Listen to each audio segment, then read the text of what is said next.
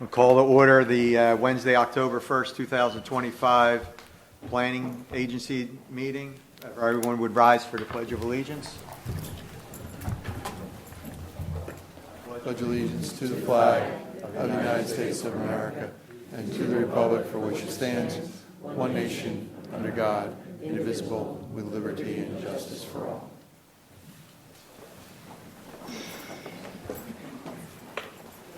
I want to thank everybody for coming out tonight. I just want to cautiously remind everybody that this is an advisory board. We're not here to make an official decision, only a recommendation to the zoning board on what the applicant is presenting. With that, do we have a representative from the applicant? Good evening. Would you like me to go to the podium or can I speak from here? You can stay there. You have a microphone. That's great. My name is Evan Campbell and I represent MLP Ventures, and they are the equitable owners pursuant to an agreement with the current owners to purchase and develop the property that's located at 900 Conshohocken Road.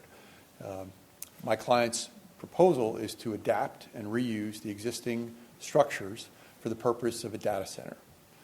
The existing footprint of those buildings is approximately 1 million square feet of existing industrial buildings.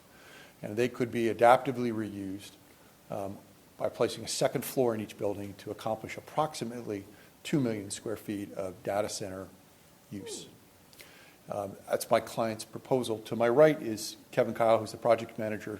To his right is Brian O'Neill, who is the owner and principal of MLP, and is going to be the principal owner of the property upon acquisition. All the way to my right is Brian Canavy, who's a traffic engineer from Pannoni. He's also here to share with you some of our insights. As an overview, we think that this is an extraordinary opportunity to take advantage of this property, this structure, and put it to an adaptive reuse.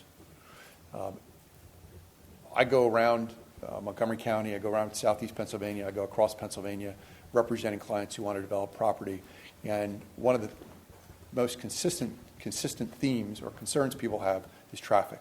As you'll hear from today, this property, this proposed use, puts almost no traffic compared to any of the other uses that could be used here. I'm sure we're going to hear about concerns about water use and electrical grid. I'll let Mr. O'Neill speak to that. He actually owns data centers and can speak to you about the anticipated impact or use of water or lack of use of water, which is, I think, going to surprise some people, because if you go on the internet, you read that data centers use extraordinary amounts of water, which, if you're talking about data centers which are designed 20 or 25 years ago and built 10 or 15 years ago, it's probably true. But today's designs, today's systems, today's protocols don't use nearly that quantity of water at all. You'll be surprised to hear the amount of water that a data center that's contemplated for this site will use.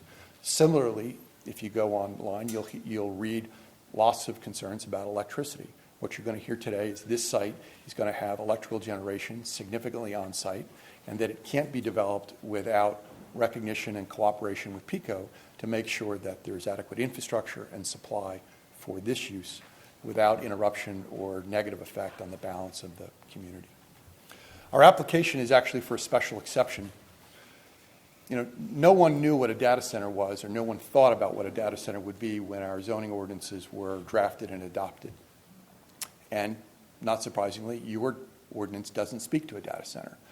This property is in the heavy industrial district, and in the heavy industrial district, it lists the permitted uses, but it also goes on to say that an applicant, property owner, can use a property for anything else which is generally consistent with those permitted uses. And so you'll hear a little bit tonight about why we think a data center is consistent with the other heavy industrial uses that are permitted in that site.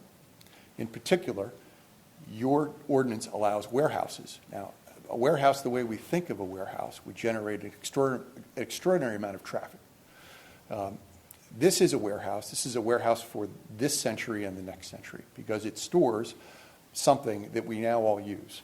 I've got a cell phone. I guarantee you everyone here has a cell phone, right? Data has become something that needs storage, needs distribution, needs to be assembled, and then needs to be sent out. And this is a cutting edge or new age warehouse. Data centers fill that role. The other thing that this is very consistent with is laboratories. When you think about a laboratory use, which is permitted under your use, all of the environments, all the things that are attendant to a laboratory, high security, a very measured and protected environment, climate control, significant security, all of those things parallel what you're going to find at the data center that we would have here. And so when we're before the zoning board later this month, the argument that we're going to make is that we're entitled under your ordinance to operate a data center because it is consistent with the other uses, not inconsistent with those uses that are permitted in the heavy industrial district. What we'd like to focus on tonight is sharing with you an understanding of what this project is going to be like, what it's going to do, and the benefits that we think that it will have for the immediate community. So without further ado, I'm going to turn it over to Mr. O'Neill and ask him to address you. Sure. Please make sure the microphone's on. Is it on or? Full green light on? There we go. How's that? Perfect. Okay, so I'm going to take you through a number of topics tonight. First of all, I'll introduce myself, cover the market, the impact of data beyond storage and manufacturing, some of the history of the neighborhood and my history, and then the facts on noise and square footage and traffic and economic impact. So first I want to start with myself. I've been in this market now 60 years. Actually, I'm 66, 63 years. My earliest memory is in the dishwashing room of a restaurant called the Inn of the Four Falls that my father owned. And one of our employees asked me how old I was. I put up 3 fingers. I was carrying glasses and putting them into the dishwasher. 6 brothers, we all worked in that restaurant. I particularly know this site because in the morning, we got the night shift from Allenwood Steel would come to our bar and drink. And at about 6 o'clock, we get the day shift that would come and drink. And I know a lot of folks that worked in that building, and I visited them during their shifts and had a lot of fun with a lot of people that I got to know and become friends with. I also purchased a tremendous amount of real estate in Conshohocken at the time when there was a sign on the wall across the Conshohocken Bridge that said, "Buy this wall, get the house for free." My brother and I bought the Lee Tire plant, which at that time was almost as big as this, and we restored it. And at that time, we were the only folks that had office space in Conshohocken. There were no office buildings. We'd gotten that idea because my dad's restaurant was in a gully at the base of a waterfall. And in order to get a reuse, we had to plan office buildings that could come out of that gully. So we passed high-rise zoning in West Conshohocken in 1984. And we, right after that, bought Lee Park. So we have a lot of history investing in historic structures in this neighborhood. We've been part of this neighborhood our whole life and know a lot of folks here. We then built residential, and we're the first apartment developers down on the water in Conshohocken. And we built about 1,000 apartments down there and built our office buildings down there as well.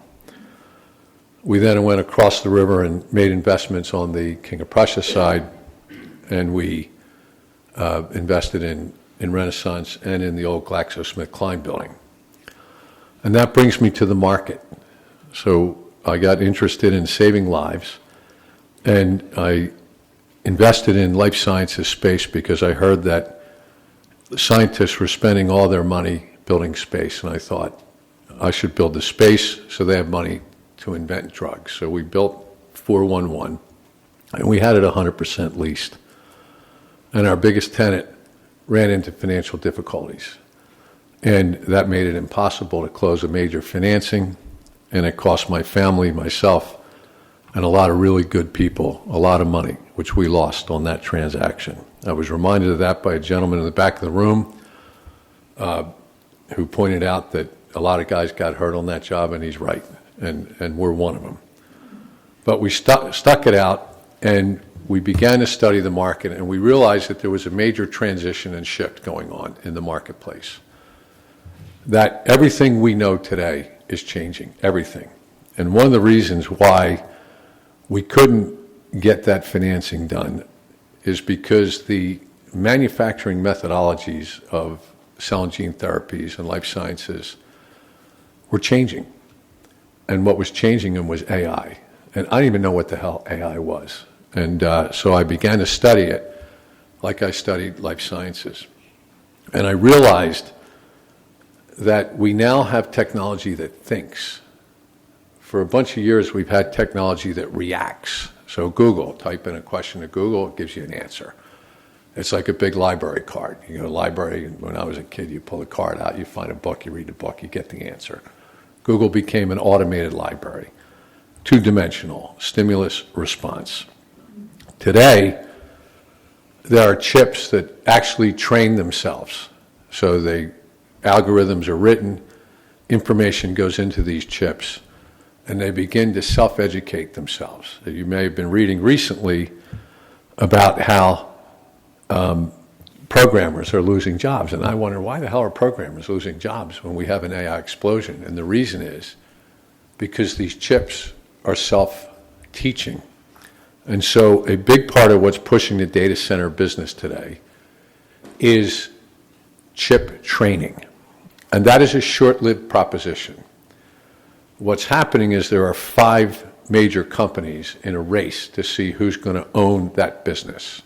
So you have ChatGPT, which is OpenAI, Google, Microsoft, Meta, and Grok, owned by Elon Musk. And they're spending not billions, but trillions of dollars to invest in who will be the winners.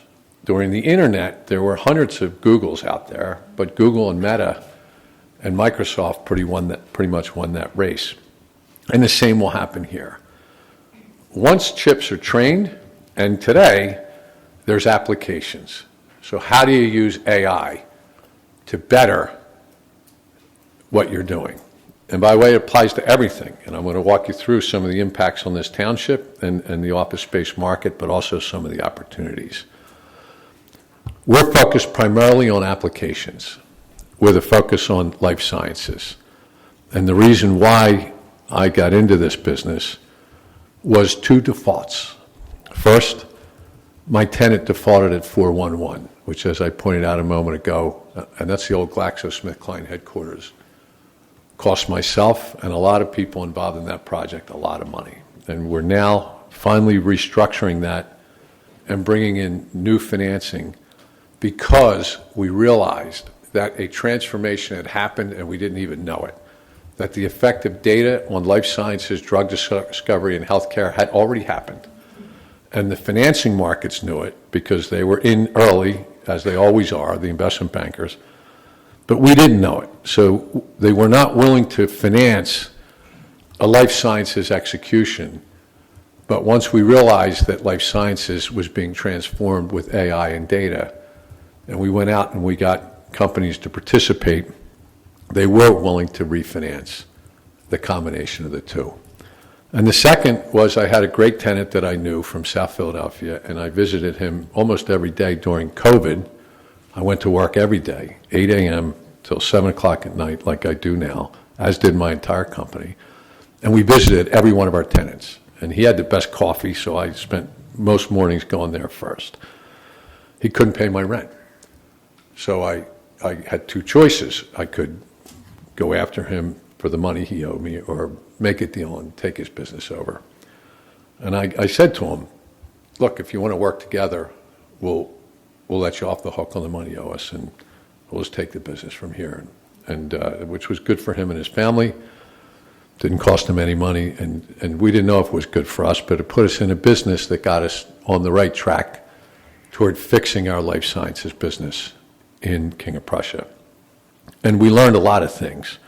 First thing we learned was the size and scale of that industry and how much it is changing everything. And I'm going to point some of those things.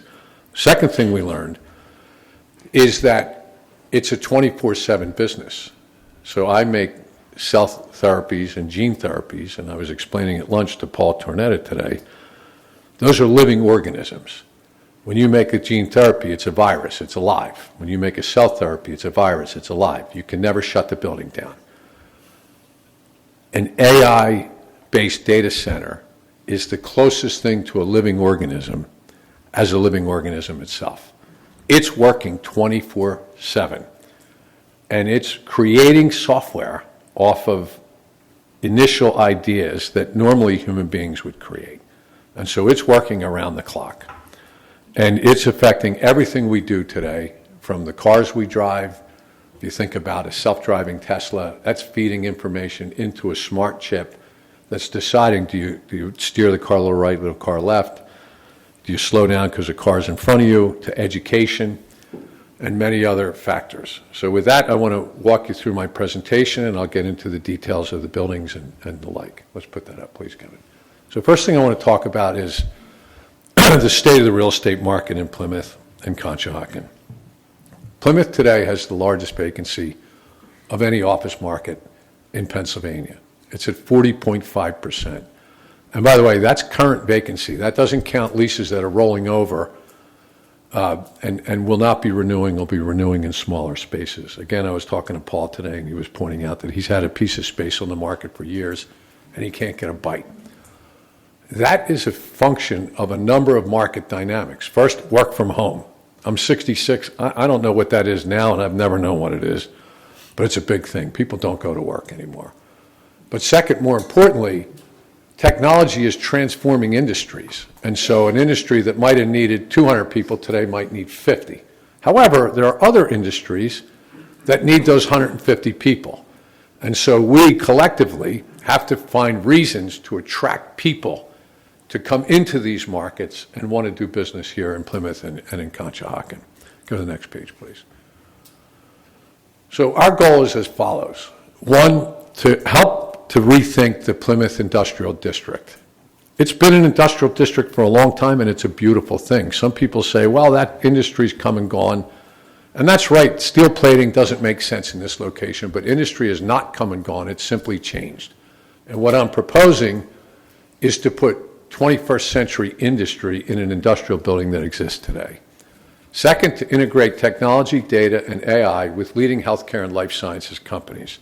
As tough as the GlaxoSmithKline headquarters project has been on myself and a lot of other people, it has also saved a lot of lives. They're making cures for cancer, blindness, spinal atrophy, and other things in buildings like that and in that building around the world today. And now with AI, what happens when you're making a drug is you have 490 try-fails. You run a bunch of experiments to get to the 10 that work. Well, Harvard, Yale, Princeton, Stanford, Texas Medical Center, and 100 other universities are having those same failures.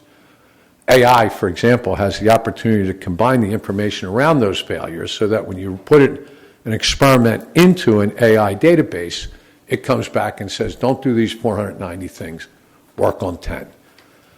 Patient diagnostic. Today, when you go to a hospital or a doctor's office, you're not even seeing a nurse. You're seeing a nursing assistant. When I was a kid, I went across the street to Dr. Lavin's house and office.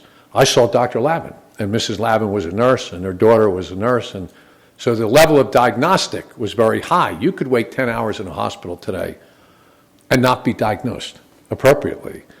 AI has the ability to take a video scan, ask a few questions of a patient, and in 10 seconds give a nearly 99% diagnosis. So we want to attract application software consulting and technology companies to Plymouth. It's not just AI and data centers, it's all the people around it. So you have AI and data on the left, you have applications like healthcare and life sciences on the right, and in the middle are the people that create programs to connect the two. Somebody is going to take advantage of that, and it's not going to be a long window to do that. And what I'm proposing is that we take an already industrial district and we collectively take advantage of that. And then to enable AI to progress while replacing 19th century manufacturing with 21st century manufacturing in the existing manufacturing buildings. In a sensitive historic renovation that doesn't build new buildings but takes advantage of what's there. Go to the next one, please. So we talked about life sciences and healthcare, and I'll just point out that despite the challenges we've had in our market, we were able to attract University of Pennsylvania, GlaxoSmithKline, Children's Hospital, Jefferson, SK Pharmteco, Franklin Biolabs, Daystore, Eli Lilly owns Seed, Life Sciences PA, and WuXi. And so we've assembled in our various buildings the leaders in biomedical. And now what we're focused on is having data and biomedical and forcing fusion of the leaders of data with the leaders of biomedical to create the industries that go in between. Go to the next page, please. So I talked about healthcare. We can go to the next thing. But it gives us the ultimate ability to create individualized healthcare, because now you have an electronic file that sits somewhere. Soon there'll be an AI brain that has your electronic file. And if you think about wearables, Apple Watches, rings, and all the things that you can now buy that tell you about your healthcare, that's going to go up into AI products. You'll walk into a building, it'll recognize your eyes, and your file will pop up on the screen of the person you're going to talk to, and they'll greet you by name. So it's going to change a lot. Go to the next page, please. So I want to talk about schools and school districts, and particularly your school district. So I sit on the board of Mary Mercy Academy. I did the leverage buyout of the Philadelphia Archdiocese high school system. I was on the board of the Episcopal Academy and Rosemont School of the Holy Child. I never finished a single school. I got kicked out in 8th grade, and 3 high schools in a row threw me out, and I was a high school dropout at the age of 17. I started my business as a house painter and worked my way up. Met my wife the same year I got kicked out. 2 best moves in my life: start my business, meet my wife. She's been with me 48 years. The chip I have on my shoulder is I want to help education. So my poor kids had to put up with me forcing tutors down their throat, making them do their homework, and getting them through school, even though some of them learned like I did. But a fact about education today is every school, K-12 and university, in the next 5 years will need to entirely re-engineer their entire education system. Hiring and training teachers, infrastructure in school buildings, added technology, because kids today are already using AI. If you read the paper, you're going to read a whole bunch of stuff about how AI ethics, school districts are talking about AI ethics. How do we get kids not to do their homework with AI? They're already doing their homework with AI. What we need to do is transform our educational systems to embrace AI so that our school districts can be the first in making AI experts. And I'll just give you one statistic. A high school graduate that's AI certified can get a starting salary of $200,000 a year. They have lawyers graduating from law school that can't get a job. So there is an entirely new world that is already here, and your school district's going to need millions of dollars to get there. And what I'm proposing is going to create millions of dollars of income with no traffic, no students, and send a strong message to the market. Go to the next page, please. So I want to get into some tax revenues, and then we'll get into the project. So today, every office building in America is being reduced in assessed valuation. There are office buildings that are being sold right now, brand new office buildings that cost $500 a foot, and they're being sold for $40 a foot. That is a 900% reduction in value. And the corresponding tax payment of those office buildings is 1/10 of what it was just 3-4 years ago. The annual revenue of the building I'm proposing is $21 million a year.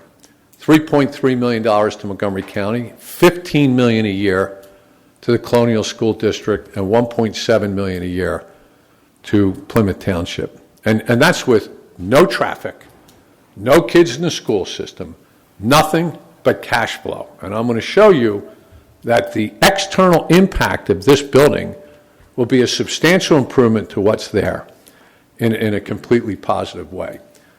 In terms of statistics, that's a 35.88% of the total revenue generated from real estate taxes in Plymouth Township today. It's 14.6% of the total revenue generated from real estate taxes in the school district, and it's 1% of the total revenue generated in Montgomery County from this one project. If this stayed as an industrial building, I think our taxes right now are about $100,000 a year. So compare 100,000 to 21 million. If it was an office building, maybe you get an assessment of 25% of this, maybe. And I doubt it, because you couldn't fill the office building because you couldn't park it. And you'd have 7,000 cars literally coming into that site on a daily basis. Let's go to the next page for a minute. This is just a quick chart of the revenues of the school district, Colonial School District, versus the revenues that we would be generating and how we come up to that 14.6%. So $15,897,000 of extra cash paid directly to the school system. And believe me when I tell you, and you don't have to take my word for it, it will come and you'll figure it out. You're going to need every bit of that $15 million a year, because you're going to have to restructure how your kids are taught if you want the Colonial School District to stay on the cutting edge in today's world. Go to the next page, please. So what are we doing, or what are we proposing? So we have 10 steel mill buildings totaling 1,084,000 square feet, which are between 54 and 80 feet in height. I don't know if any of you have been in there, but they're clear span, because they were plating operations, so they ran cranes back and forth, and they would pick up, a steel ingot and drop it and melt it, and then pour it into a mold, and then pick up the finished product, and then cool it down, and then store it and move it out into a truck or a train to get out there. So these are clear span buildings, big steel beams that run anywhere from 80 to 110 feet across. It's really a sight to see, and it's a beautiful work of industrial art. Our proposal is simple. We want to add one floor in the middle and put data on 2 floors. So right now you have 1 floor. We would add 1 floor in the middle and put them on 2 floors inside the building. And we want to do a historic renovation to those buildings. We want to do a beautiful historic renovation as if they were brand new today, just like the Allen Wood neighbors and employees would see if we were creating Allen Wood from scratch in the early 1900s. And then we want to put generators and turbines. And I'll explain to you why in a minute, and how we're going to mitigate any effect, actually help locally. Want the ability to generate our own electricity so we don't cost ratepayers money. And we want backup generation for 2 reasons. 1, these buildings can never go down, but 2, on hot days in August, we can feed that back into the grid and lower the peak demand. And what creates a raise in rates and blackouts are hot days when there's not enough of a power to power that. So we would make our generators available to the utility. So on a hot day in August and July, they would contact us, and we would turn those generators on and power back into the grid to supplement the electric supply for Plymouth, Conchie, King of Prussia, et cetera. Let's go to the next page, please. So a couple of facts. 1, reusing all the existing buildings, and these are different views of those buildings. Exterior yard to be used for placement of standby generators, parking, and generators. Proposed redevelopment area is 2 million square feet, roughly 1 floor in a million square feet. And the existing large impervious rail areas will be repurposed as parking and for generators. Go next page, please. So everybody talks about noise. Generally, the specification, and I know you have a copy of an ordinance we're working on in another borough, is 60 to 65 decibels at the property line. So I thought it would be interesting to put a reality around what that means. So if you look at this chart, 60 decibels, normal conversations or dishwasher running. You get to 70, it's traffic or a vacuum cleaner. We fall somewhere in between. And that's when our stuff is running. And, our generators exercise for an hour a week to an hour a month. And our turbines, which we would put inside the buildings, not in the buildings themselves, but inside the courtyards of the buildings, would maintain a decibel level no greater than that 60 to 65 decibels at the property line. So if you were driving by, it would be like 2 people having a conversation outside. And I can provide all the facts that back that up. And we're happy to enter into an ordinance that would stipulate that. Go to the next page, please. So let's talk about a impact. At 3.5 cars per thousand, if we were to build office space here, it would be 7,000 cars. Only office tenants won't sign a lease at 3.5 cars. They want 5 cars, which would be 10,000 cars. We would have 110 full-time employees, and by the way, that includes every shift. So 55 people on a shift hour, or roughly, it's like 1% of the office use. People are talking about water. Water's a legitimate problem. This site has the right to draw water from the Schuylkill, and it has deep water wells, only we're putting in closed-loop systems. So we bring in water once, we fill our system, and it's closed. We don't bring water in and then pump it out the other side, which is the old way of doing it. And there is some condensate loss, but very little. And so our water use is primarily lavatories, sinks, irrigation, because we do irrigate our lawns, and whatever condensate loss we lose in our closed-loop system. And by the way, we're very happy to stipulate that and provide the designs, and you guys have great engineers that can validate that what I'm telling you is absolutely true. Go to the next page, please. So it will be designed to reduce noise and maintain decibel ratings required by code, and the way we do that is around the generators we build sound walls. And depending on the preference of the various townships, we can actually grow ivy up the side of the sound wall, which makes it more attractive, or it can be, very simple and have a stone design or other that your, township architects prefer. And we do the same with turbines, and even HVAC equipment gets enclosed into sound, which I do that on my other buildings as well. We use the best technology, Tier 4.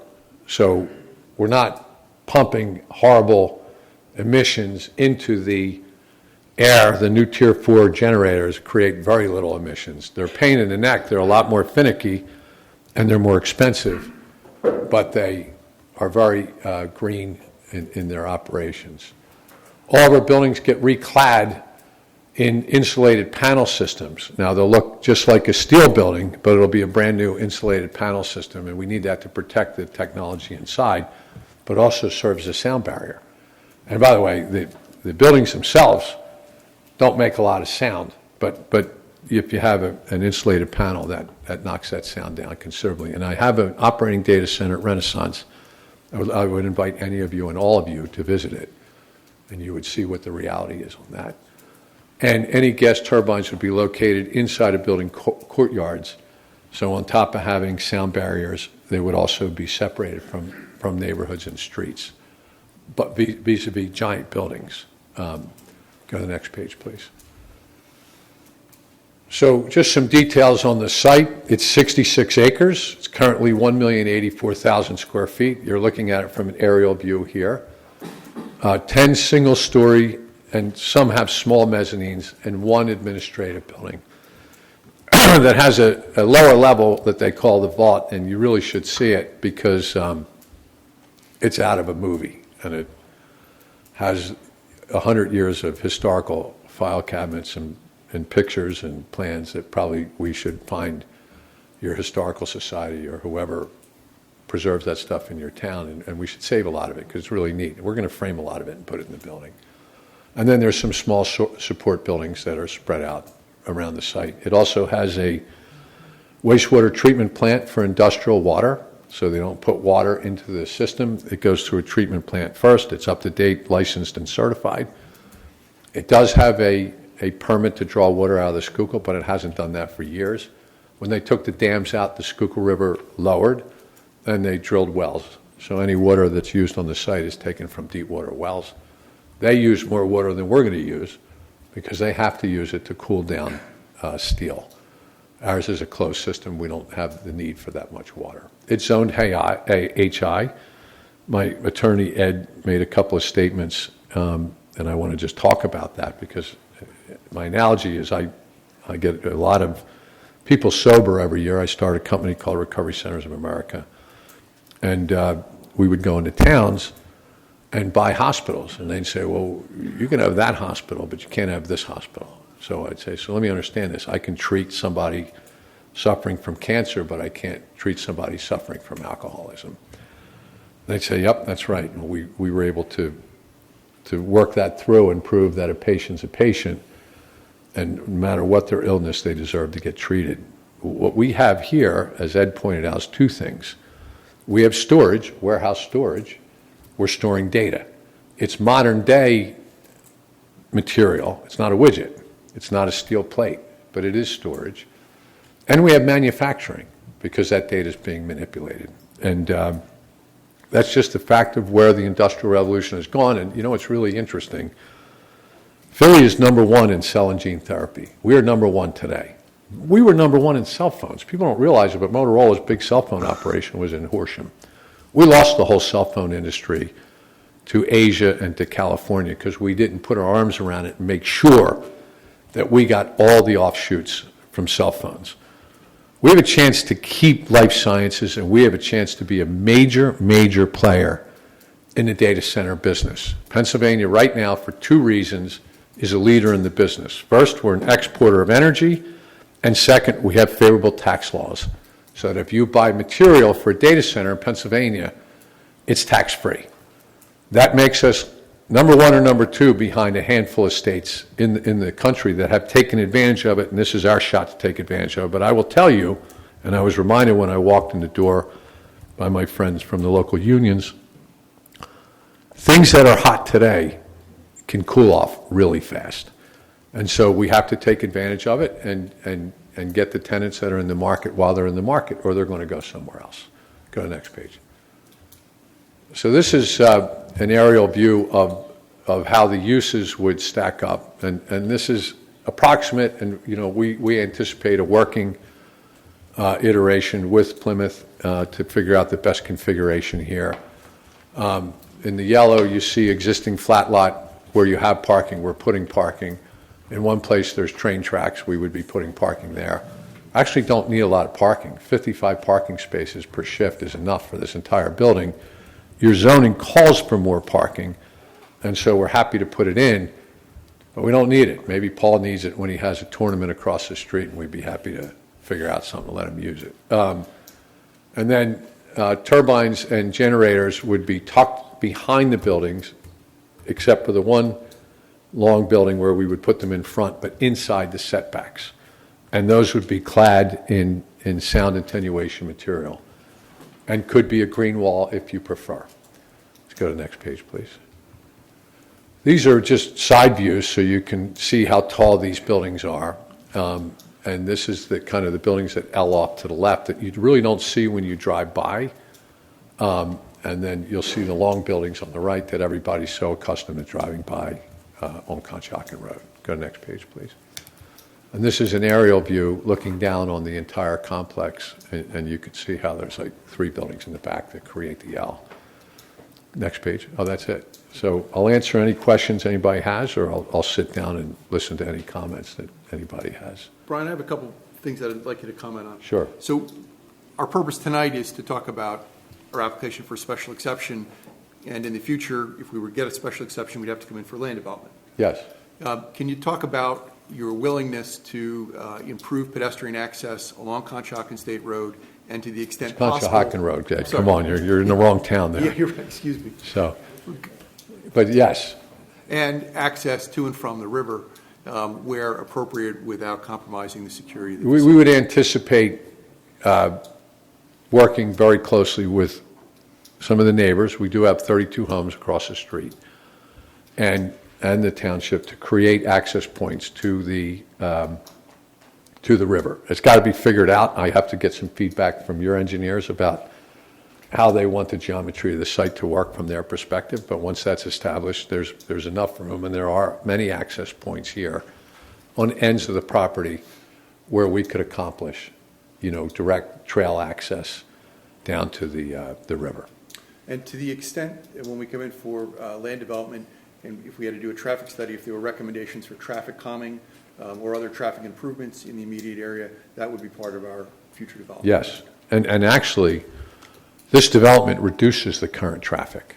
When this site was up and running, between trucks and cars and employees, the traffic of the site was greater than we're proposing with our development. And the unfortunate part of that is it's a lot of technology. And that's fortunate, but it's also not as employee-centric as it is. It can help a lot of industries around it create a lot of employees, but we have very little to no traffic being generated here. And it's primarily because of the low employee number that are needed to serve the facility, correct? Say that one moment. There's not much traffic because there aren't many employees like there would be if it were a manufacturing facility. Exactly. Okay. We have an expert here to testify on traffic, and I'd like to introduce him, if it's okay with the board, to just go through some of the actual traffic numbers. And that those statistics we put on taxes were generated by our not our economist, but an outside economist, and they're available for you by email. He just couldn't be here tonight, so I did my best to walk you through those numbers. If it's okay with the board, I'd like to introduce our traffic engineer and have him walk you through traffic. All set. Thank you. Good evening, and just to echo what Mr. Campbell and Mr. O'Neill said, one of the key characteristics of a data center is that a very small portion of the square footage is actually dedicated to employees and visitors that would be on site. So we've taken a high-level look at this proposed development, and to give an idea, we would expect a 2 million square foot data center to generate anywhere from about 100 to 120 vehicle trips in and out of the site. When we compare that to a 1 million square foot size warehouse, the warehouse is slightly more, about 140 to 150 trips. Additionally, warehouses generate more traffic all day long during off-peak hours. So it's less than the similar reuse of a warehouse. The big difference is in when we look at the previous manufacturing use. So as Mr. O'Neill indicated, if this site were in full operation, 1 million square feet of manufacturing, that generated likely anywhere from 600 to 800 cars an hour in and out. So we are significantly less than that. By the way, our trips are all day long. That's total trips all day. Those are peak hour trips. Yeah. So to give an idea, so total trips all day long in a data center are about 12 to 1,400, and when we look at the manufacturing, they're over probably 4,000 to 6,000 cars per day. And I think, as Mr. O'Neill indicated, as part of any land development, a more detailed traffic impact study would be done in this area, where the actual impact to Conshohocken Road will be evaluated, and any other mitigation measures would be identified. I'd like to make one last point before I close. So our company will not be the construction company on this job. We are going to go out to Turner and some of the big union shops. And so just today I was calling a couple of the ones that we're talking about just to find out how many union jobs they would employ in total during the life of this project. And the estimate was 12,000. And so permit fees, local employment, and other suppliers, et cetera, would be in that area. And because of the size and scope of this project, this would be done by one of the big firms, preferably that has an office in Philadelphia, but one of the big union construction companies. Thank you. To reiterate, the application before us tonight is just for a special exemption. We're not here to approve or disapprove the data center. Bob, any questions from the township engineer?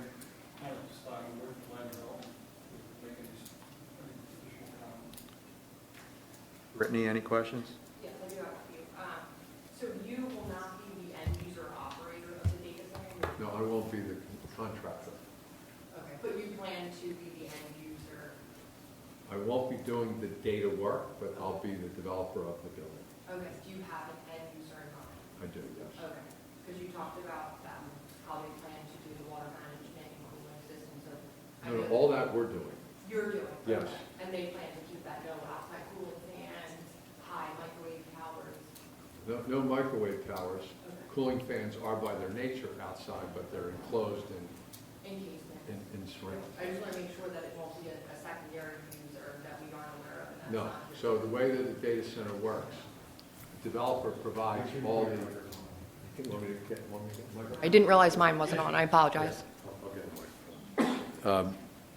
So the way it works is we, because the size and scope and complexity of this will go to a Fluor or a Turner or one of the big I construction understand companies. that. I just, when everything is said and done, who's going to operate the data And center? I'm going to walk you through it. The developer builds all the infrastructure.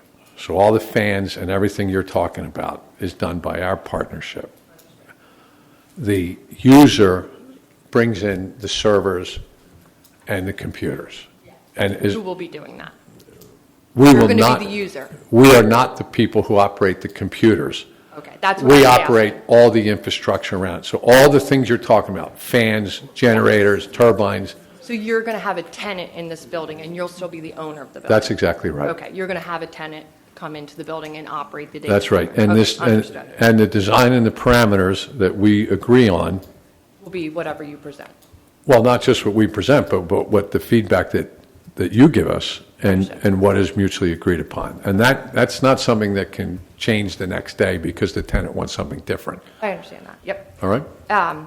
You talked about the decibels. Yes. I don't know that it's necessarily the loudness that is bringing me to this question, but maybe the constant or consistency of maybe that 60 to 70 decibels. I said, you had mentioned that the generators and I guess like the cooling fans, turbines, they only work for, I believe you said 1 to 2 hours daily or weekly? I may be- It's weekly or monthly, depending on which generators they are. And turbines run consistently, but not all of them, some of them. So they have backups. So the ones that are running run, they shut down, and others run. Okay, and you would anticipate that constant 60 to 70 decibels? No, that's 24 the hours a limit. day? That's the maximum limit permissible at the property line. I know the township ordinance, but what would you? It's not consistent. I could get back to you with that. I didn't bring my sound Understood. engineering statistics with me. That's all right. And then, do you have any worries about safety of the products or the servers in the building with the Schuylkill Valley Trail there? No, and we do a lot to mitigate that. Do you have a data center plan there that shows how they're carved up? Do you have a copy of that in your presentation? All right, so Because I assume it's very, very expensive and safety would be.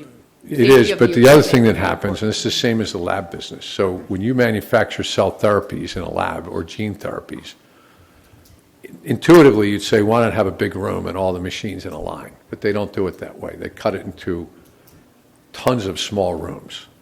And the reason is risk mitigation.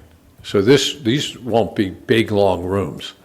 This will be a series of small rooms, and they're all fire safe, protected with their own HVAC, so that if you had a problem, it's contained to a very small compartment. I thought we had that with me. I will email to this board and anybody else who'd like it, what the interior configuration One other looks like. question, and Sure. we can move Fine. on. Take Sorry. your time. I'm Ask away. sorry. You had mentioned 1,200 to 1,400 employees or trips per day? I believe you Total said trips per day. Over the entire day? That's right. And then your peak hours is 100 to 120. Do you anticipate 50 employees at this site? 110 employees 110? total. Oh, wow, that's high for okay. Yeah, maybe 50 per shift. Okay.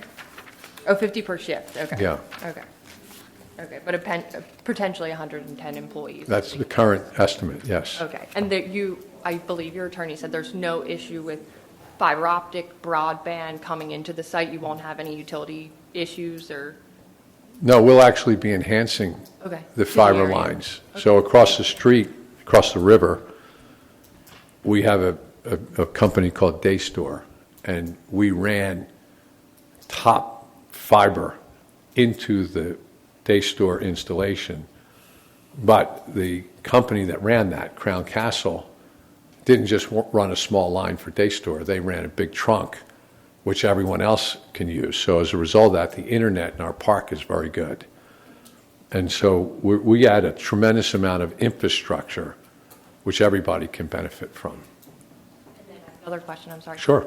I'm going to assume you probably don't know this off the top of your head and don't have an engineer with you tonight, I don't think. But do you know what the reduction of impervious would be on this site? I assume it'd be fairly high. You know what?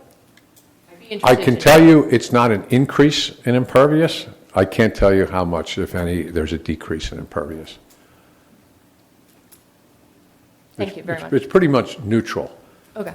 Now, that site, if you look at it, this is a pretty picture from an aerial, but like some of those, that green grass is a parking area. And I kind of figured it was and like that, that. it's really, it's a pretty well covered industrial site. And by the way, that's a positive because it protects the surrounding area environmentally. And it's been that way for a long time. As a teenager, I would go up there and hang out with my friends that worked at the night shift, and it doesn't look much different today than it did then. So, Thank you, that's all the questions. thank you. Anybody else have any questions while Tony? I'm standing here? Just a couple of things to go over. I got your projections on that, projections for the school district and the, contribution to the county and the township. I checked with the Montgomery County Board of Assessments yesterday, trying to get a perspective. They don't have any buildings of that size that they can really give you comparisons to. But by extrapolation, I took large buildings that they had, they actually emailed me this morning. I don't come close to those numbers. I mean, the cost of the project is going to be X amount of dollars, but obviously we have to isolate what's contribution of personal property, servers, generators, so forth, are not part of it. So let me put this in magnitude for you, and that's a very good question, and I'm glad you asked it.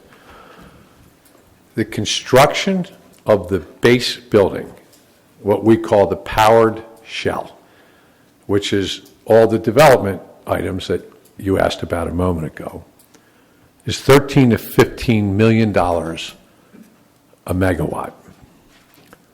This site will have between 600 and 900 megawatts of data center in it. So at 600, I think it's somewhere around $9 billion of investment. And so that's why they don't have any buildings. Like a lab building, by comparison, might be $1,000 a foot. It's a much greater investment, and that does not include servers, computers, and all the personal property that goes in it. In fact, one of the things that our partners are making us go through right now is an analysis from a tax perspective, because, you know, what's personal property and what's base building, and we're pretty clear it's no different than an office building, except that it's much greater system capability and much greater redundancy and fire protection. So that's why the numbers are more. And we try to get some assessment data, and we hired an economist to do it, and we use $300 a foot, which is far less than it costs. The actual assessment could be greater than that, and we'll take some discussion between. And it's limited because of, I forget what that rule is, the fair assessment rule, you know. So, but those numbers are rock solid. They're prepared by an economist, and I'll make him available to you at your discretion. There are spreadsheets that back them up, and we'd be happy to rope the school district and the county in for those discussions so that we can answer all the questions at the same time. Just a question I have, and I'm not sure, is there a deed restriction on this property from the seller? So what the sellers are requesting is that future uses be industrial, and that's the extent of it. And that's Requirement to use the existing buildings? no, we're doing that voluntarily. I mean, we'll consider not doing it, but we have always tried to renovate existing buildings whenever we can. I mean, the unfortunate thing is, in our ordinance, we don't have a definition for laboratories or a definition for warehouse. That something could apply and say, this fits in this description or this description. So I think in that regard, it's a little bit difficult. And it's a lot to comprehend between water usage, utility usage, tax implications, traffic, it's not a real large consideration from your reference, and the number of employees there, but I think it's such a big package to deal with. So one of the things I would say about that is, you're right, it is. On the other hand, I know, and I was reminded when I walked in this room, how business can come and go. And, warehouses were white hot 2 years ago, and we have 21 million feet vacant. We have a user for this building today, and somebody's going to get that user. And the question is, does Plymouth want that, or does it go somewhere else? And that's really the question we all have to ask ourselves. And there are things that have to be worked through, but I believe that that can be covered by negotiation, ordinance, and documentation. And there's pretty well-written rules about what needs to happen for noise and traffic and the like around these buildings that are being built in other places. And I know you're talking to some of the other local boroughs and townships that have been working on ordinances, so you're aware of what you may not personally be, but your team is. But even though we're from the Township Planning Agency, I think we have to take into consideration the impact on the region. Absolutely. There's interaction. There's no doubt about it. And the impact is in my opinion anyway, compelling. But we'll answer any questions you have, and I'll spend as much time as you need with you and your team after this meeting, between now and the next meeting, or working on anything else you'd like us to do. Thank you. Well, any other questions before? Monica? So, back to the tenant issue. Are you at liberty to tell us? I am not.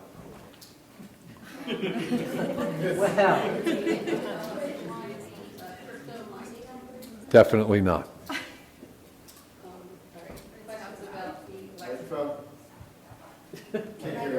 The question was, is it a crypto mining operation? And we said absolutely not. I think you said that you would generate your own electricity? Yes. Part of the program here is to generate the same amount of electricity that we use on the site. Natural gas. What resources are being used to generate that? Natural gas. How would that- So we have two trans pipelines, one that runs at 476 and one that's, directly across the river. And we would access those. And there's a big gas line already on this site. And does your drawing from that gas supply impact the local power grid in any way? Does not. Does not. Not one bit. Excuse me. Yep, the next You all have your opportunity. question is, what kind of emissions would be coming from the... So we have to apply and receive a Title V permit, which limits the NOx and CO2 emissions in the air. So we have to create mitigation technically on this site to not impact. And this is a special attainment zone, which is even more restrictive than if we were in, for example, central Pennsylvania. You touched on the closed loop system for the water. Yes. Would there be any discharge into the river? Not that I'm aware of, except storm sewer, which currently discharges from all these properties into the water, or into the river.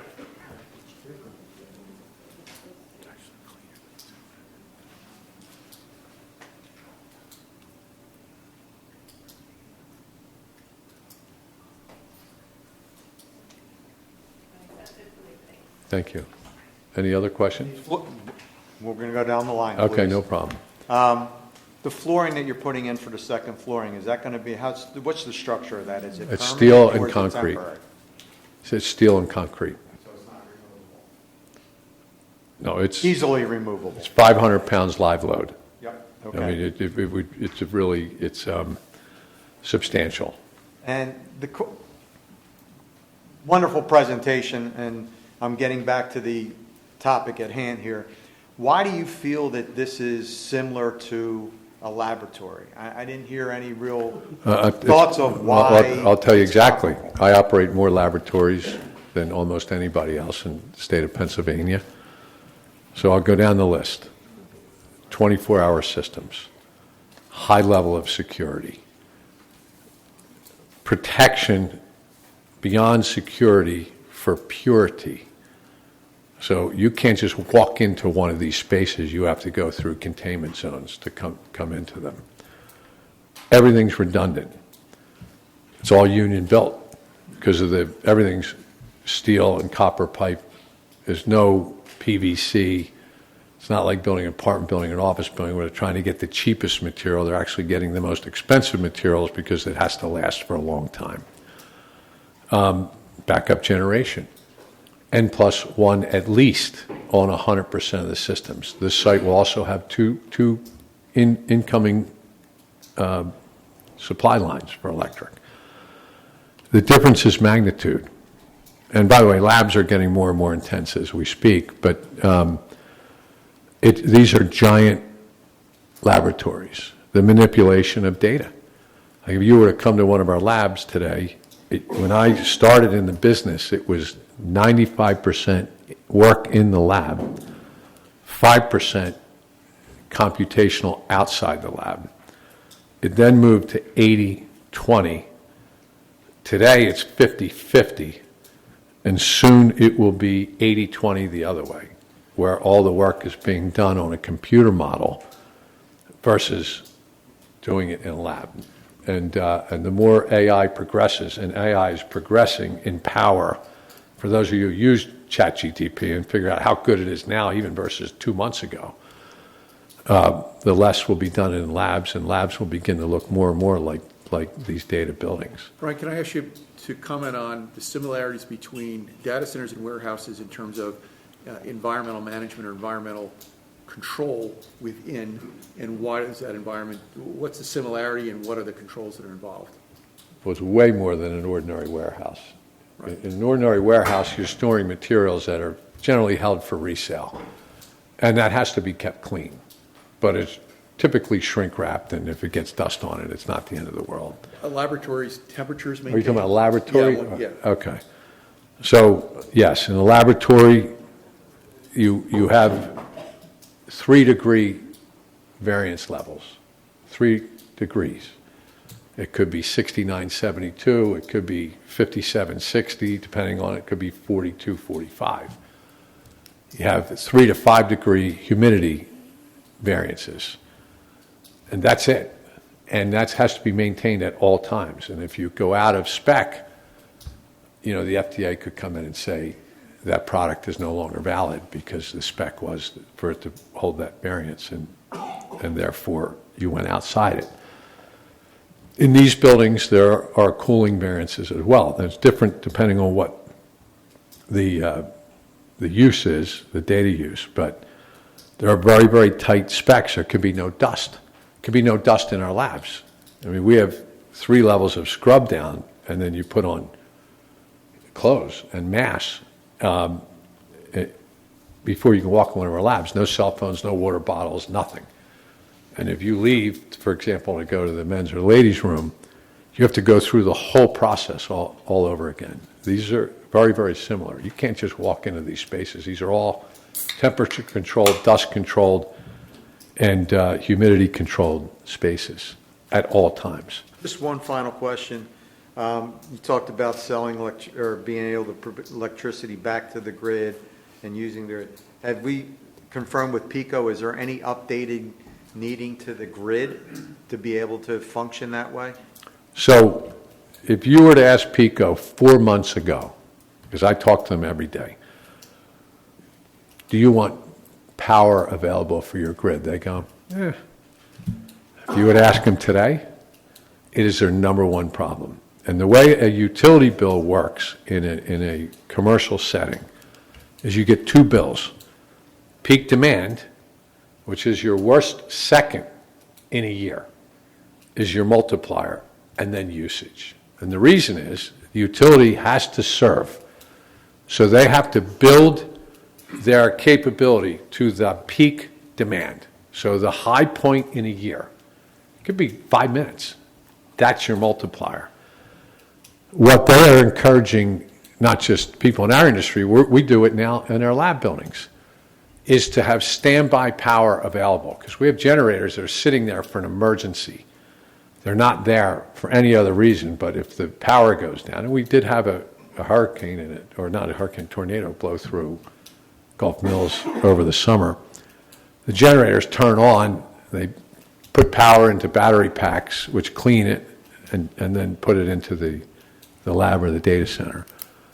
What the utilities are now saying is they can't build to peak demand, not just for data centers, but for all the other uses. I mean, just think about everything being electric today, just cars. 5 years ago, we didn't have electric cars. Today, I know they stopped with that incentive, but Teslas, and I drive electric car. So they want to get that peak down, because that's a capital expenditure that affects a ratepayer's bill. So if they don't have to build for that peak, if they can build for a lower peak, they can keep the cost to ratepayers down. And so now they're looking for alternatives. They're saying your generators are sitting there anyway, and the only time you turn them on is to exercise them. They're now entering into agreements, and we have an agreement on a couple of our buildings now. We're on those warm days, we're there on standby, and they can call it up. And we turn off the primary electric in the building, and we go to backup power. And so we're not drawing any electric from the grid on those days, which is reducing our peak, which lowers our bill, but it's also reducing the need to have as much peak in the system per pico. And I'll just tell you, just 2 minutes, and you probably know this already, but just for some of the folks in the audience, we're a deregulated state. PECO is in the transmission and infrastructure business. So all the lines you see, they're the people you call, they plug into your house or to your business. They don't generate any power. All the power generation in this state comes through a cooperative called PJM. And PJM is responsible to make sure that there's enough power into the PECO grid that when we request to build a building like this, or you request for your house, that they can serve it. They have an obligation to serve it, but they have to get it from PJM. PJM goes into the open market and buys that electric. So, in the case of PA, we export between 35 and 40% of our energy through that network to other states like New Jersey that don't have enough power. They made a shift to wind power and other things, and it didn't work out as well, and so they shut down some of their other generation. So PJM is responsible to buy or create power generation, which goes into the PECO grid, which gets sent to the users. And right now they're anticipating that they will not be able to meet peak demand, I think sometime in like 2032, unless they bring on new generation. So they're encouraging a lot of owners, not just me, to make the standby generation available on those peak days, the hot days when everybody turns their air conditioning on at the same time. We actually go off the grid. So when everyone else is using electricity, we're not using electricity. So that relieves the grid. And they enter into what's called an interconnect agreement with you. If you have a wind turbine on your house, you send it back in the grid, you get a credit. That's a small version of what we're doing. Any questions from the township? No comments. All right. I'm going to open it up to questions from the audience. I want to remind everybody, we do have a 9 o'clock stop. I'm sorry this presentation went a little longer than I expected. I ask you, please, when you come up, please state your name and your address, and be specific with your comment or question. We're going to limit each person to about a minute, minute and a half, given our time. If you have something that's repetitive, I ask you please not to do that. You can come up and just say, I echo those sentiments or have those same thoughts, or I'm in favor or not in favor of this, but let's be cognizant of this is voting on the special exception, not voting on approving the data center. So if anyone has a question, please come up to the microphone, state your name and address.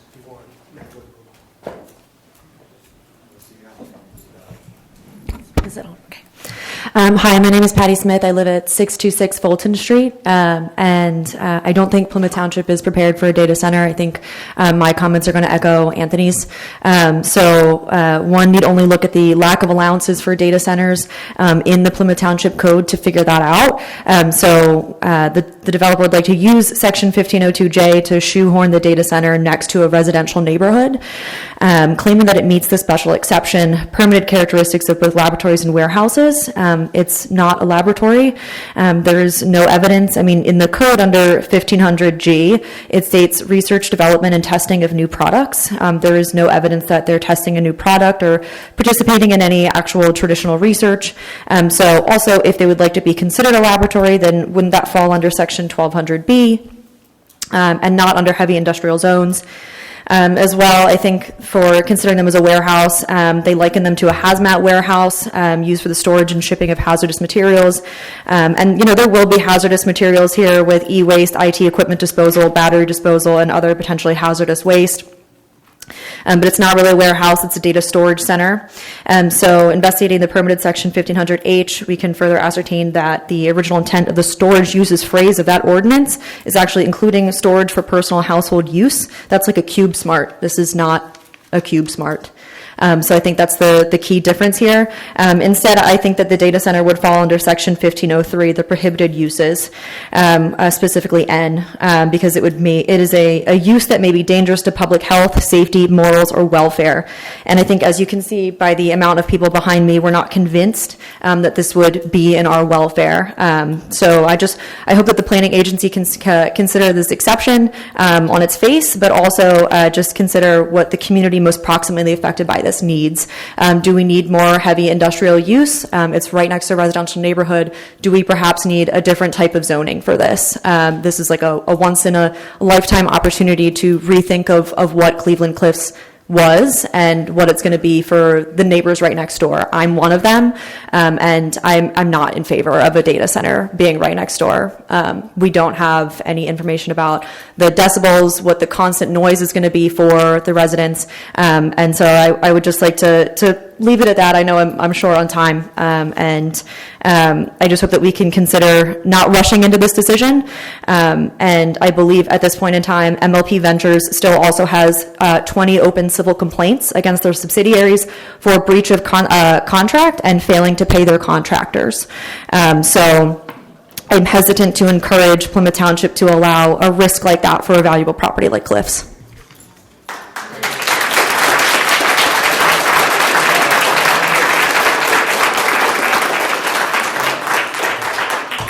Hi, my name is Genevieve Boland. I also live on Fulton Street. I have a series of prepared remarks, but something you said, Mr. O'Neill, really struck a chord with me. Kids don't need more AI. They don't. They need phonics. And I think Matt and Maria Rain, the parents of Adam Rain, who Sam Altman's ChatGPT convinced to kill himself at 4 o'clock in the morning, would agree with me. So we need to pay our teachers more. We don't need to give our students more AI.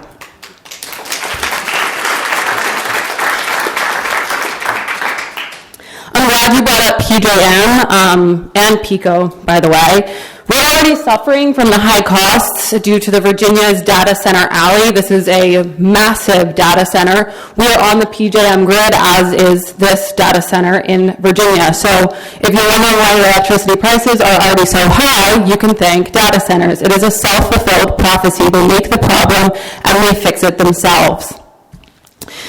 Reuters estimates that our electricity bills will continue to rise anywhere in the neighborhood of 30 to 60% by 2030. I'm not sure that we'll even need to worry about that. We're thinking the AI bubble is going to burst anyway. 95% of AI companies fail to generate any revenue. I wouldn't hesitate to guess that that's probably yours, as you're not NVIDIA, you're not OpenAI, you're not ChatGPT. It's ChatGPT, by the way. On the taxes point, you don't pay taxes, we pay them. In In Texas alone, projected losses from data center tax exemptions rose from $157 million to over $1 billion in less than 2 years. Virginia now devotes nearly 50% of its economic development incentive spending to data centers, not on infrastructure, not on education, not on brownfield development, which this could be. They spend it on data centers. And what happens when this AI bubble bursts? What happens when we don't need this data center? We have a massive 2 million square foot property full of toxins, full of electronics. It is expensive to recycle electronics.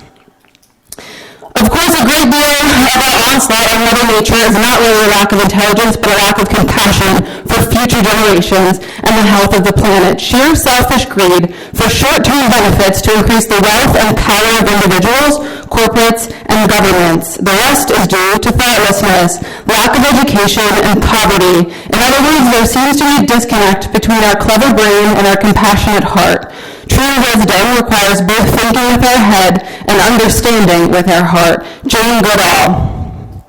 To the people in this room who have taken their precious time out of this day to show up for each other, to show up for this town, to protect what you value most in the homes that you have invested in, I am proud of you, I'm thankful for you, and I hope this is a helpful reminder of what community should be.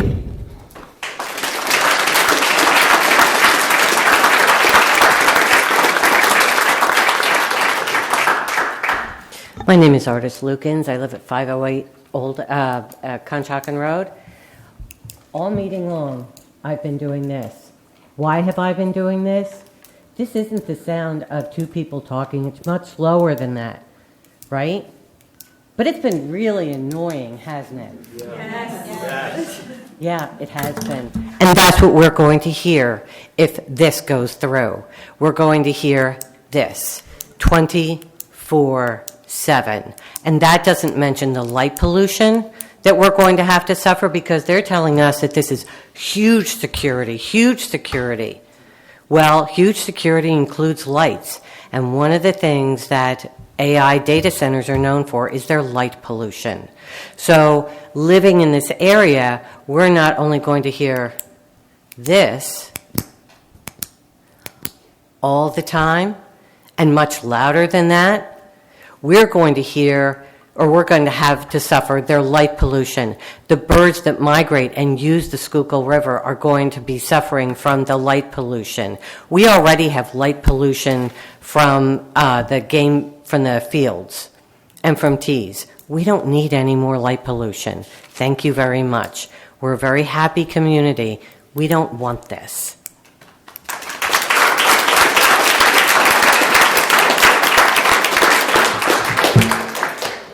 Hello, my name is Joshua Suskalo. I live at 526 Conshohocken Road. We've mentioned a couple of times already the raising prices for power bills. I'd like to explain part of how that happens. In the PGM grid, we have the power split into distribution fees and generation fees. Generation fees of what have been focused on by the people who've presented this here today. However, distribution fees are the ones that are used and spread across all ratepayers in the entire community. And those are what are used to fund new infrastructure that's required to hook up to the generators that are going to be present on this facility. Currently, that is spread across everyone because the state of Pennsylvania does not have any exceptions for how new infrastructure should be handled by different types of companies that are going to be performing construction in the United States, or in the state of Pennsylvania. There is currently a proposal for some legislation from Senator Katie Muth of Senate District 44, who is proposing the PA Ratepayer Protection Act to assist with this. However, this is only a suggestion that there may be legislation in the future. We currently do not have any protection for any of the residents of Pennsylvania against increases in power bills as a result of construction of data centers. You've also heard several statistics so far, but I'd like to talk to you about specific people and specific instances. In Mansfield, Georgia, Beverly and Jeff Morris, about an hour outside of Atlanta, live near a data center that was built in 2018, and the light pollution from it looks like this at night, looking out their front door. You'd be forgiven for thinking there are stadium lights outside, just in their lawn, and they are over 400 yards away from the data center. In addition, the Browning family in Granbury, Texas, live just outside just outside of a crypto mining data center. Now, you heard us say that there's no crypto mining data center that's being used here. However, crypto mining primarily relies on GPU power, which is the same power that's used to power AI data centers, which focus entirely on the use of GPUs. And I have some experience with this, as I am a software architect at Viant Technology Incorporated, which is one of the larger proponents of AI across the United States. We use it in the advertising technology industry. And I personally am responsible for training various AIs. And this, the most important part about that is that despite being responsible for training AIs, we see that in the future, this is not going to be a long-term bet for the township here. Sam Altman, as was already mentioned, is the CEO of OpenAI and has declared that this is a bubble. And also, as a result of a Microsoft study, we know that the use of ChatGPT and other AI services reduces the amount of brain activity in people that attempt to use it in order to try and learn. And as a result, you have lower decreased capabilities from people who use this stuff on the regular. This is also not the only possible solution that we have to the traffic issues along this road. There are other ways that we could resolve the traffic besides having only 50 employees that are going to be there regularly, 110 employees total.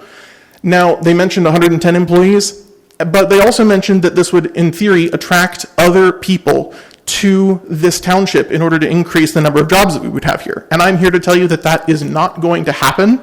Those 110 jobs are the only jobs that you will ever see here.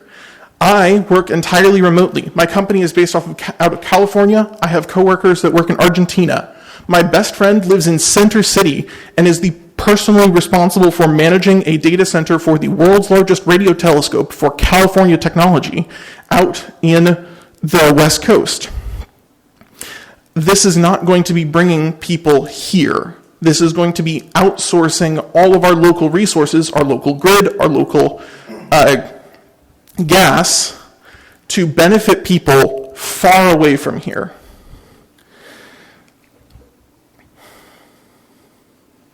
My wife and I live on West Elm, near the overpass. We are less than 1,000 yards away from this facility. The same distance that Sutcliffe Park is, that Capsdalia and Colwell is, that most of West Fifth Avenue is. If we give this exception, then we're going to be bringing this data center here, and we are inviting the problems that have been mentioned by everyone before me and myself as well to our lives and to our homes. Thank you.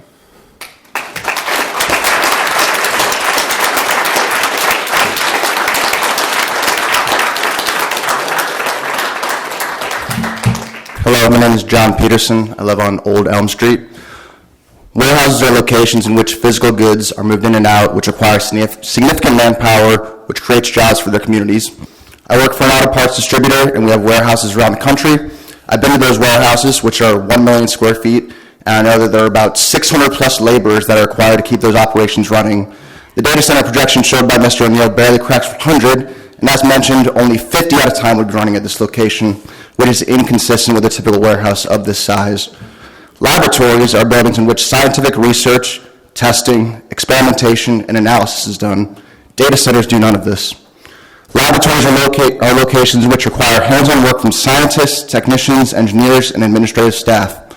A 2 million square foot laboratory would require thousands of employees. The data center construction would employ people for a brief period of time during construction, but that construction will quickly come to an end and these jobs will go away. The functional role of a lab and data center have no similarities. The data center, in a vacuum, is nothing more than a place where data is processed. It is irrelevant what that data is being used for, and there is no work being done on to study that data like a laboratory. There are no goods moving in and out of it like a warehouse. I'm against this data center. Thank you.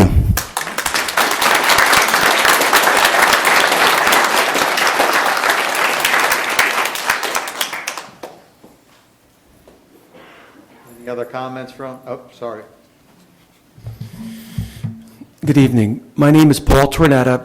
I live at 1630 Sandy Hill Road in Plymouth Meeting, and I've for 25 years but I've worked my entire professional life in Plymouth Township. Brian O'Neill, Kevin Kyle are friends of mine, and this is very difficult to speak against this project. So I don't want clapping or anything like that. But I like data centers, just not here. This project is not good for this area because from the one slide I counted 7 gas generators. That's 7 smokestacks. We have a trash to steam smokestack. We don't need another one. The smokestacks, based on my research, are 50, maybe even 100 feet high. They're going to emit nitrous oxide, carbon monoxide, carbon dioxide, and some other pollutants. The prevailing winds come from the northwest, so they're going to head southeast. That goes over the Fulton Street, Elm Street, Light Street, and Old Elm Street, and then into Conshohocken.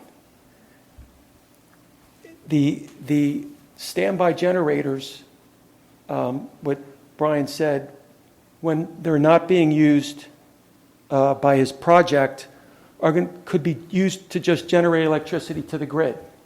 So you have 7 smokestacks that are, each one will, satisfy the emission requirements, but combined, not in my book.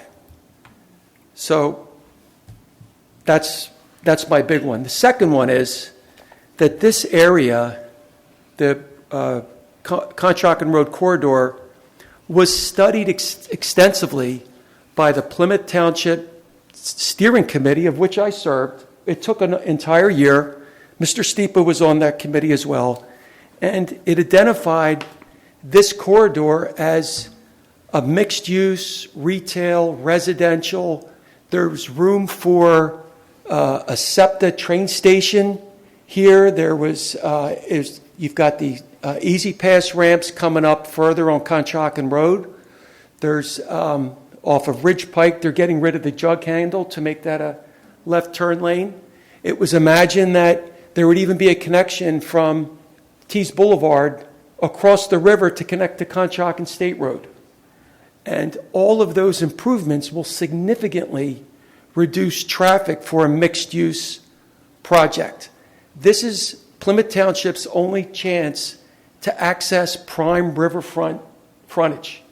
The river views, combined with a beautiful upscale, multifamily, retail, restaurants, and then even adjacent to that, that project will continue into our fields with recreation, all good, wholesome development.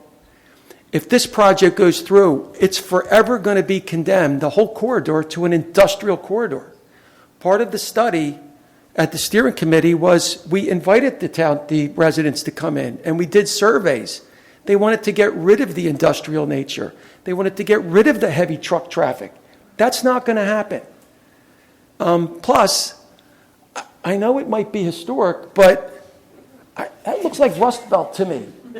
Okay? And even when I was telling people about this, it was, well, it's better than what's there now.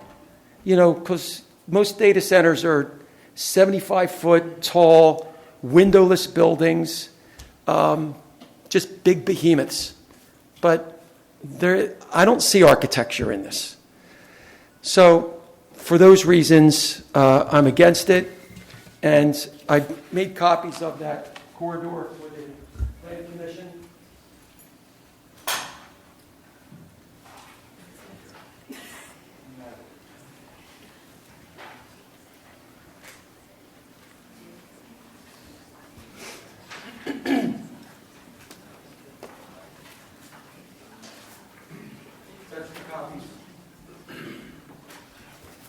And again, I'll say that Brian and Kevin are honorable people.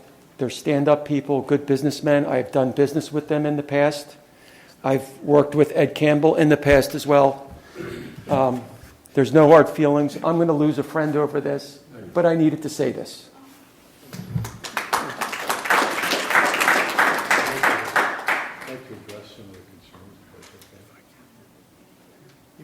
If there's ample time, we'll give you opportunity. Hi, my name is Kyle Fisher. I live on New Elm Street or West Elm Street or Conshohocken Road, whatever it's called, depending on what Google service you use or map service you use. I don't know if anybody's familiar, but getting mail is a struggle at times. I want to echo what our first few speakers said about the codes. They did a lot of research, did a lot of hands-on work in the community to help us understand those things. And I know that the code and the exemption is what we're focused on here today. Most of the conversations have been about the issues that a data center would bring to the community. And one thing I would like to remind people, and again, this is not a personal attack on anybody. He's a businessman. He should be up here doing these things and trying to bring business to the community. I work in life sciences as well. And one thing I've never heard anybody complain about is a place to store data. Data is the lifeblood of the industry, and nobody in centuries has had an issue finding a place to store that data. They already have it. Google, Cloud, Amazon, it already exists. They already have a place to go with it. The place that you could use an improvement is warehouse, is shipping materials, is having one place to go. But that wasn't what was presented by Mr. O'Neill. That wasn't what was brought up today. He mentioned that he's not at liberty to speak about who his tenant would be. And that's fine. I understand that things are private. But he did not hesitate to mention all of the life sciences companies that he has worked with. And you would think that if it was going to be one of those wonderful companies that has helped bring science to the forefront, that they would have been mentioned here today. But they were not. They were omitted with purpose. Before I step away, I think I want to remind people what was first stated in Mr. O'Neill's presentation. He started with his history, how he's connected to the area, and then he went into how he lost a lot of money on a deal across the river. And when you look beyond the excitement of being involved in cutting-edge technology, to me, at least, this feels like someone trying to make up for lost investments and wages. I cannot go into the code as well as our first few speakers did. And I know that that's the focus here today. I will be coming back when this is on the table in a couple weeks. But it felt a lot like someone telling us why we should help them make money as opposed to why this venture will help the community. This is my first time speaking to anybody, and that's my primary takeaway. With the light pollution and the noise pollution mentioned, and I would love to revisit the decibels.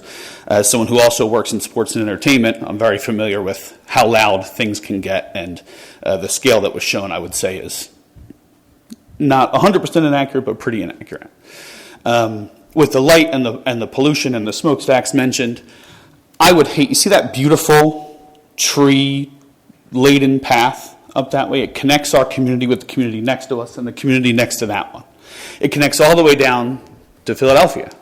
And I would hate to walk across our newly installed crosswalk that my daughter loves pushing the buttons and driving the people driving on that street crazy.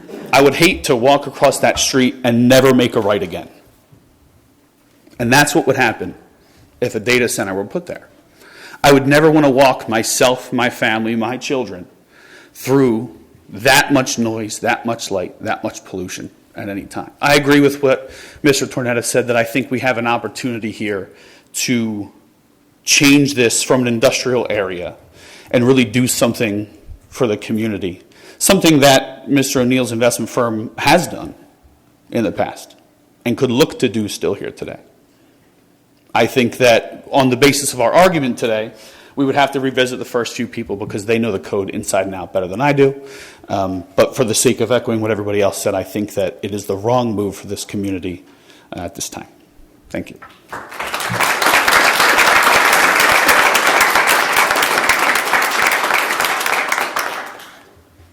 How you doing? Greg Petrowski, 511 Old Elm Street. all I have to say is, what is every resident in Plymouth Township going to gain something from this going in? Some tax help, some tax money? Yeah, what are they going to gain? What are they going to gain? We're a good township. We do fine. Our taxes are good. Everything's good in Plymouth Township. Not that's it. The school districts are great. Everything. People want to come to Plymouth Township and Conshohocken in these areas. We don't need that data center. We're fine. Do we need our taxes are great. I tell people my taxes are like, oh my God. So putting this data center is a disaster. Put residential, put property, anything, business, some other, but not that data center. Because it's going to look like a big box. That's all it is. That's all I got to say. Thank you.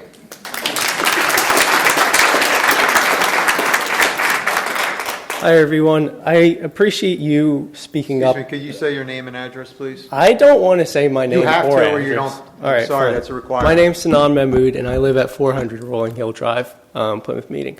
I appreciate you speaking up about the smokestacks and against your friend. Unlike you, I'm not friends with these people, and you can clap for me at the end of this. But I drove to Newark Airport to pick up my parents the other day, and there are a lot of smokestacks about a few miles away from the highway.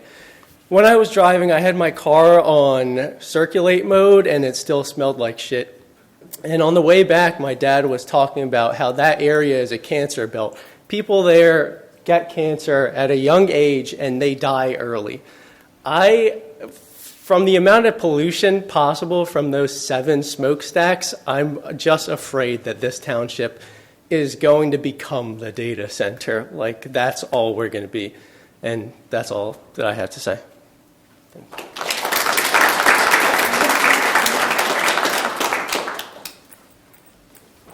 My name is Amber Boyd Finch. I think you guys got my email. I live at 645 Fulton Street, so right across where those smokestacks are. I'm glad you spoke about them. I'm from the area. I'm from Philly. I used to drive through here, going to King of Prussia Mall, seeing the Conshohocken sign, not knowing how to say it. Was so happy to moved here specifically for the school district.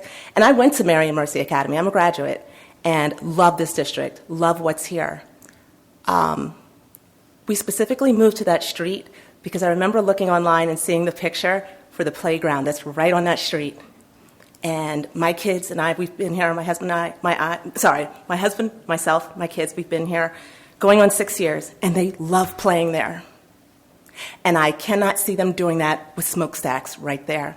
I emailed Joel and mentioned how it was a couple years ago, there were the fires in Canada, and nobody could go outside, the kids couldn't go outside at recess. That's like Canada, like super far away. And you want to put that right next to their class, their playground. Everything that was said, I second it. I just wanted you to know that there are actual people there. There are kids who will be playing right across the street from the smokestack. Kids who live there, kids who come there, pets who walk there. It's one of the best things about that area. So please consider that. Thank you.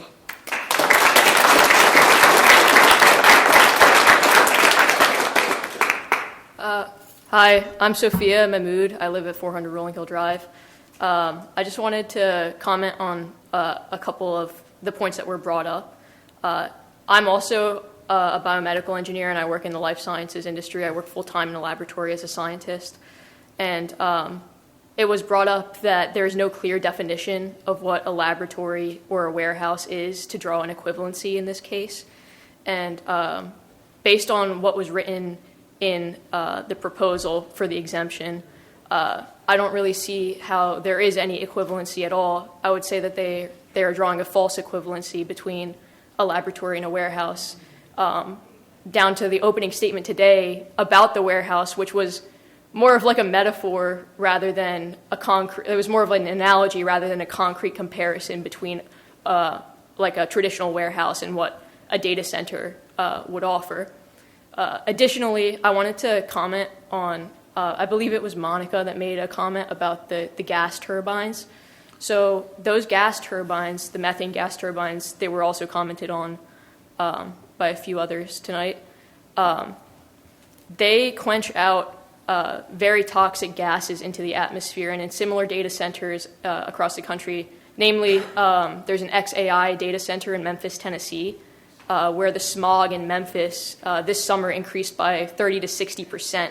And I don't know if anybody knows anybody in that area down south, but they had one of their hottest summers, and Memphis gets pretty hot. So when people notice, just imagine a Plymouth Meeting summer getting 3 to 4 degrees hotter. They're already pretty hot. Furthermore, I wanted to comment about the water usage. I think it's noble that a closed loop system was proposed in this initial proposal, but it was also repeatedly mentioned that this site has access and is legally allowed to take water from the Schuylkill River.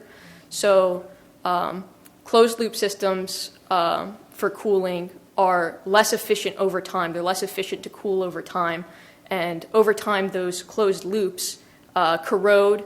And also, if this tenant decides to scale up their operations in the future, they would need to completely redesign that closed loop. So what is stopping them from taking advantage of the access to the river that they are legally guaranteed and later changing this closed loop to an open loop system?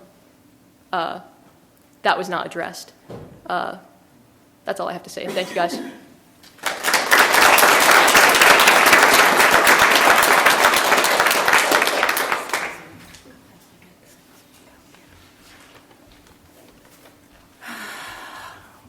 Hello, my name is Vanessa. I live on Old Elm Street, and I am a data scientist. I leverage artificial intelligence, machine learning, algorithms as part of my core job function.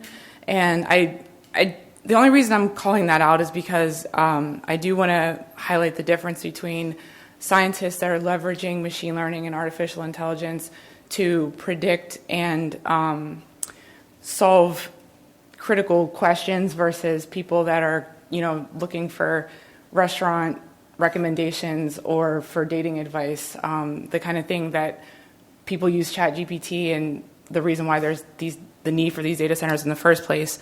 But there's one thing that was said that really struck me that made me want to get up and say something. It's the comments that were made about the neighborhood and about the condition of that neighborhood, and almost as if to say that it wasn't good enough or whatever they do would be better than what's there now. And a lot of people have kind of touched on this already, but I just want to say that the neighborhood that I live in is very vibrant. It's full of people that are hardworking and care and take a lot of pride in the neighborhood. You talked about the kids playing in the park. That park is what brought a lot of people together during a really rough time in 2020 all the way to now. That was one of the few places in the whole entire area where people could go out and have fresh air, and I was very proud of that. I think it's a very lovely neighborhood, and to hear the people here talking about the neighborhood as if it doesn't matter and as if the people that live there don't exist, to me, you can't speak that way and actually have the community's best interests at heart. And that should signal the real motivation behind the building of this data center. It's not for us. As the gentleman in the orange shirt mentioned, we don't need this. We are doing just fine. We take a lot of pride in the neighborhood. There's families that have been there for generations, and there's a lot of history there and a lot of opportunity there as well. And these people, from what I could hear in the tone and everything about this presentation, none of it said that there was real compassion and interest in making our community better. From the lack of real evidence of job creation, from the lack of real discussion around even traffic and light pollution, no real addressing of the environmental, pollution that this would bring.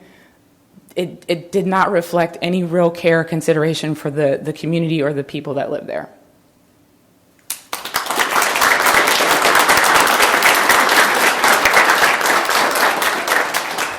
Hi, my name is Mandy. I live at 1349 Midland Road. I believe it was mentioned that there were 35 family homes. I think that was initially quoted. That's maybe right across the street from the steel mill. However, that's not accounting for the several homes in a community on the other side of the overpass, right? You now have a very large luxury apartment building, and I know that their projection is not to have a lot of traffic. However, as you mentioned, Conshohocken Road, you don't mention really the congestion that already exists clearly every single day on Elm going toward Fayette Street and over the bridge. It's a lot, and it's frustrating. So as a commuter in that particular area on a daily basis, it takes a lot of patience. So to add to that and to omit that as part of your planning and saying it's only Conshohocken Road, that's not true. I am very concerned about the environment as well. I don't want to echo anybody that, I echo what people have said, but I don't want to belabor the point. I do have curiosities about, especially since there is going to be air pollution, right? So how does that also impact any kind of smells? So we have a chemical plant in which we often will smell chemicals in our air every so often. What is that? How does that get generated by a data center? So that's one question I have. How does it also impact groundwater, right? So we've talked primarily about the river. However, we haven't addressed the groundwater, right? And so we know that that has a huge impact on lives and wildlife. And then you mentioned the amount of natural gas that's used for this process. Any smells and odors that are coming from that on a regular basis. What is the impact on that utility, right? You may not be impacting the electrical grid, but how about gas? And how about that utility being impacted? You mentioned that generators would be used primarily maybe in the summer months to help, feed the grid. But that then means that you're using them more than just 1 hour a week or a month. That seems like it would be a lot more and a lot more consistency. I'm curious to know about this agreement that you have with the utility company. What money are you making from that to pay into, or not pay into, but add into the grid to benefit the community? I think it was mentioned we have some pretty high rates. It's a little ridiculous. I'm not quite sure what was meant by no kids in the school system. I'm not sure what the purpose of that was. As an educator working in a middle school, dealing with kids every day, using AI and trying to have them understand why it's important to have skill sets as opposed to relying on things to be done for you, not a great talking point. Thank you.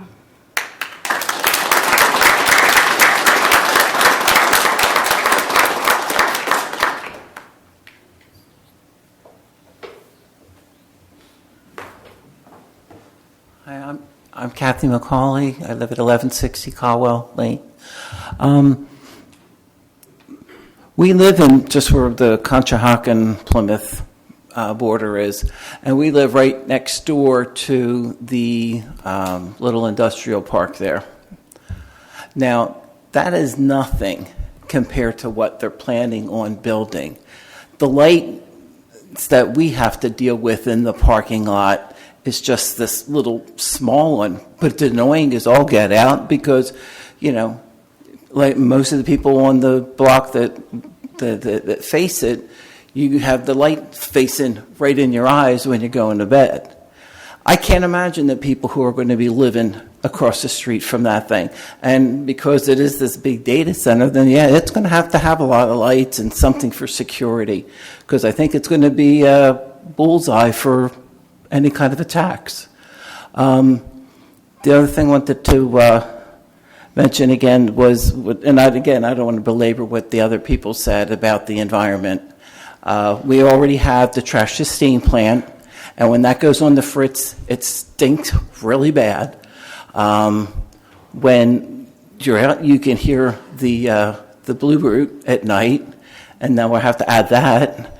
It's just how much do we have to have? I mean, Plymouth can make a lot of money on this thing, but there's other ways they can make money, and they make that more of a community type of a place rather than an eyesore that is going to like bottom out in a few years, just like every big technology thing does.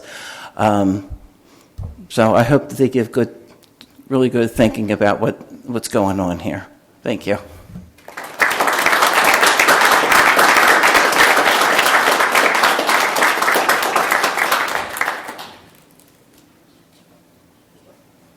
Any other questions from the committee?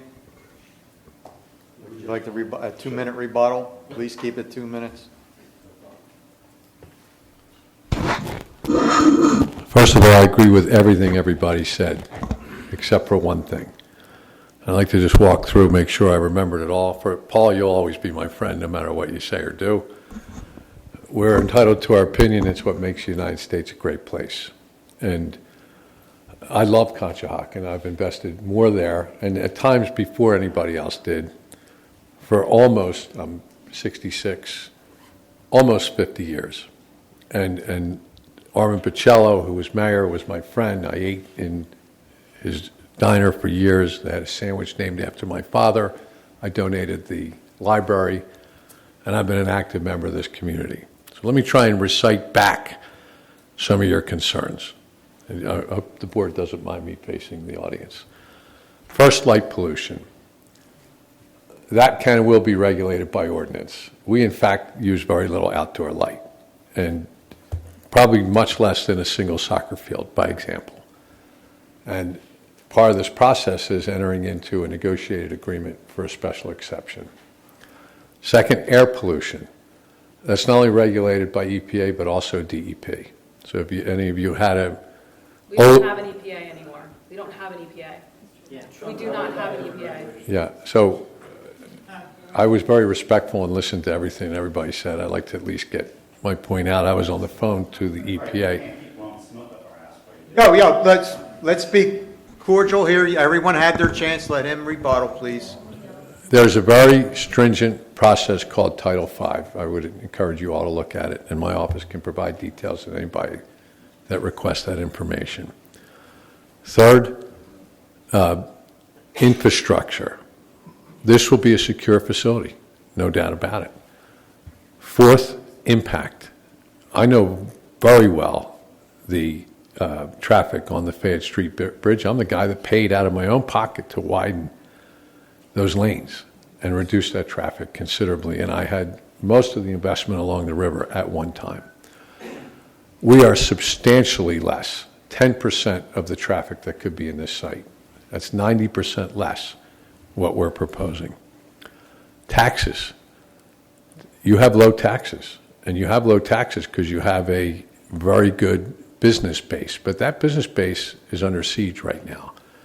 And if you don't believe me, we'll share the statistics with you, and I didn't create them. They're created by CBRE, one of the largest realtors in the country. You have the highest vacancy. Ultimately, the taxes paid by that commercial base is going to decrease, which will put more pressure on you.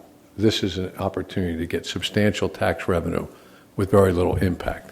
My point about children in the school is there's a cost associated with that. We don't provide families living on this site, and so therefore there's no cost associated with us in the school system, but we pay a lot of money into the school system, which helps the teachers and the children that are there. As to AI and its presence in education, I'm sure some of the folks that got up and spoke are educators, and I would never challenge a teacher. My daughter's a teacher. My wife's a teacher. And that's a bad argument to pick. But what I will tell you is that we are changing as a society, and AI is going to have a giant impact, and schools are going to have to invest, and they're going to need revenues to make those investments. Lastly, I didn't mean any disrespect to any of the neighborhoods. In fact, I know that we need to get along for this to work for both of us. So I'd be happy to invite every one of you to come over and look at one of our data centers, walk through it, talk to the operators, visit every inch, and understand exactly precisely what we're doing so we can take the myth out of what you think we're doing and you can actually see what we are doing. Other than that, I thank you for coming out on a weeknight and not being with your family. I respect and appreciate your perspective, including yours, Paul. Even though we might disagree on this one, there's many we've agreed on with you and your father over the years. So we'll just chalk this one as one of the only things we've ever disagreed on. And I'm hopeful we can find middle ground. I can tell you that whatever we agree to gets documented, and that this process is not something where we agree to do one thing and we do another. This process requires very stringent legal boundaries, and they have to be adhered to. And so whatever we're telling you will happen can be built into whatever agreement we make with Plymouth, and so you can make sure that it actually happens or we don't have a right to do business. So I'll just leave you with those thoughts, and thank you for coming out tonight and considering my proposal. Thank you very much. Take care now. All right, with that, the applicant is for a special exemption on the zoning requirements. Do we have any motions from the board? I'll make a motion to the zoning hearing board to deny the special exception application for 9.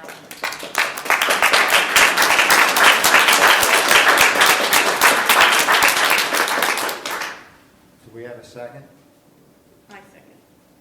All in favor, say aye. Aye. Where's your vote, Monica? Aye. 4-0 to decline the motion. Moving on to the next topic, minutes from September. Anybody have any comments on the minutes? We have a motion to approve. Tony, it's all you.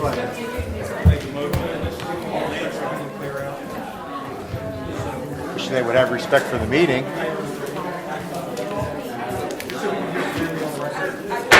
Can we please be quiet leaving? The meeting is still going on.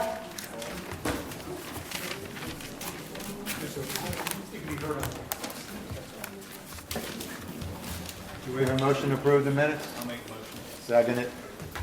All in favor? Aye. Any other topics, Joel? I have nothing. With that, motion adjourned.